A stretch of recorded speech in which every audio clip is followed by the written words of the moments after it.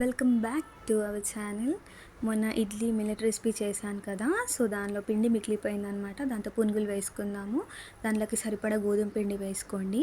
ఇప్పుడు దానిలోకి అదే పిండిలోకి నలిపిన వాము వేసుకోండి. సన్నగా కట్ చేసుకున్న కరివేపాకు, సన్నగా కట్ చేసుకున్న పచ్చిమిర్చి, సన్నగా కట్ చేసుకున్న ఉల్లిపాయ కూడా వేసేసుకున్న తర్వాత టేస్ట్కి తగినంత సాల్ట్ అయితే ఇక్కడ యాడ్ చేసుకుందాము.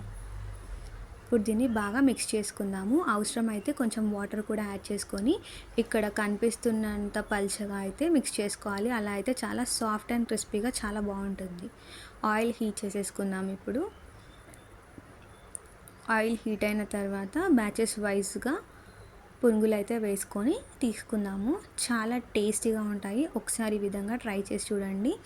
ఇవి నార్మల్గా అయినా సర్వ్ చేసుకోవచ్చు, హాట్గా, లేదు అంటే చట్నీతో కూడా కంబైన్ చేసి తినవచ్చు. నార్మల్వే చాలా బాగుంటాయి, ఎలాంటి చట్నీ కూడా అవసరం లేదు. ఇలా నేను అన్ని పిండి అంతా కూడా ఒక్కొక్క వరుసగా వేసేసుకుంటున్నాను.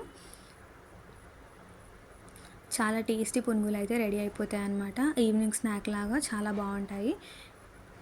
చాలా టేస్టీగా యమ్మీగా ఉంటాయి. మధ్య మధ్యలో ఆనియన్, పచ్చిమిర్చి తగులుతూ, దీనికి చట్నీ కూడా అవసరం లేదు. ఒకసారి ట్రై చేసి కామెంట్ చేయండి.